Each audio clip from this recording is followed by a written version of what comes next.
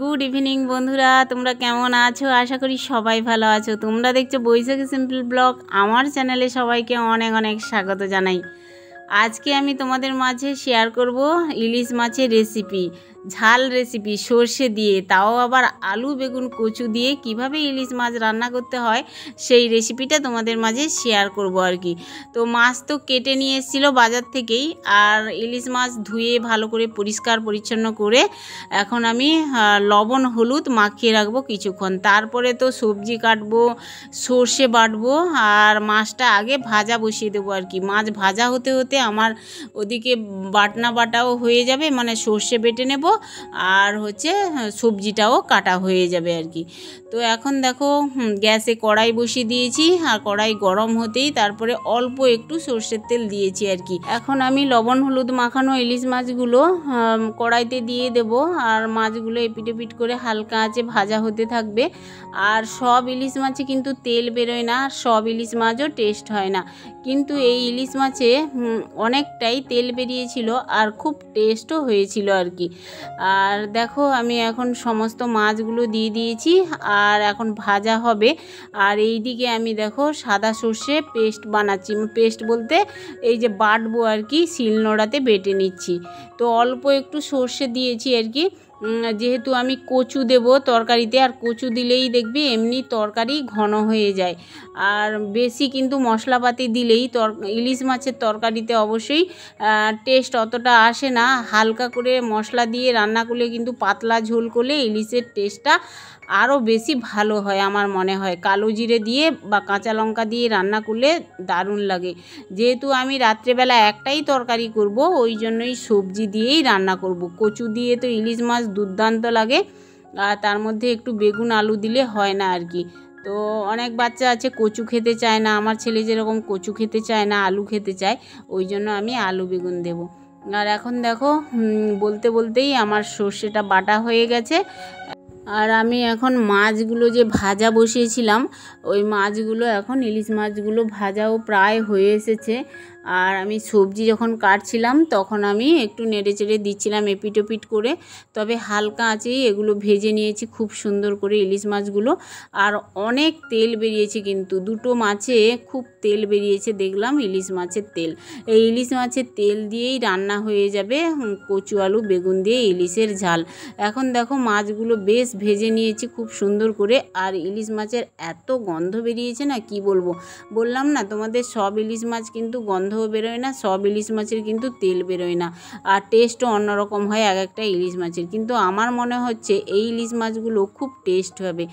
দেখো বন্ধুরা, ইলিশ মাছের কতটা তেল বেরিয়েছে। এই ইলিশ মাছের তেল দিয়ে না গরম ভাত কাঁচা লঙ্কা দিয়ে দারুণ লাগবে আর কি। ইলিশের ভাজা এক পিস আর কাঁচা লঙ্কা ইলিশের তেল দিয়ে দুর্দান্ত লাগে খেতে। তো দেখো বন্ধুরা, মাছ তো তুলে নিয়েছি, এখন রান্না বসাবো। ইলিশ মাছের তেল দিয়েই আজকে রান্না করব। আর তেলের উপরে গোটা জিরে আর 5 ফোড়ন দিয়েছি। তো ফোড়নগুলো একটু ফুটবে, তেলের সঙ্গে একটু খুন্তি দিয়ে নাড়াচাড়া করে নেব। আর ফোড়নগুলো দেখো ফুটেও গেছে। আর এখন আমি সবজি কেটে ধুয়ে পরিষ্কার করে নিয়েছি, দেখতে পাচ্ছ এখানে বন্ধুরা। এই যে কচু আলু বেগুন দিয়েছি, কচুটা অবশ্যই বেশিই দিয়েছি, আমার শাশুড়ি মা আমার হাজব্যান্ড খেতে খুবই ভালোবাসে।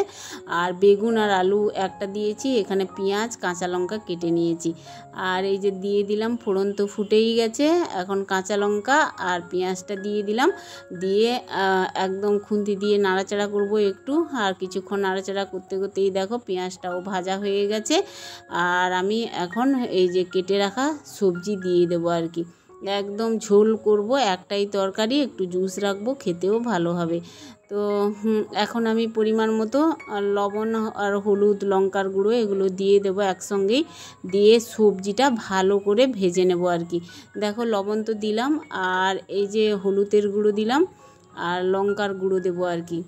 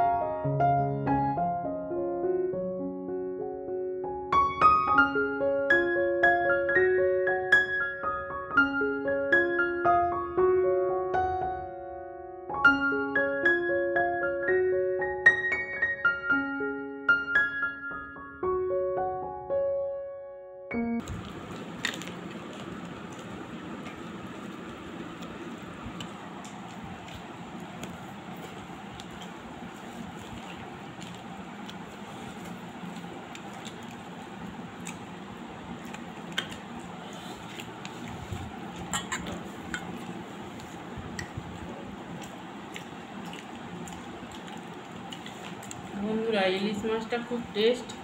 ইলিশ মাছের তেল দিয়েই ঝোল হয়ে গেল, আর খুব ভালো হয়েছে। কচু বেগুন আলু দিয়ে ইলিশ মাছের ঝোল, একটাই তরকারি রাতে। আর চলো ভিডিওটা এন্ড করছি। রেসিপিটা যদি ভালো লেগে থাকে তাহলে একটা প্লিজ লাইক দিও। অবশ্যই সবাই ভালো থেকো, সাবধানে থেকো। আবার দেখা হচ্ছে কোনো এক নিউ ব্লগ নিয়ে, ভিডিও নিয়ে।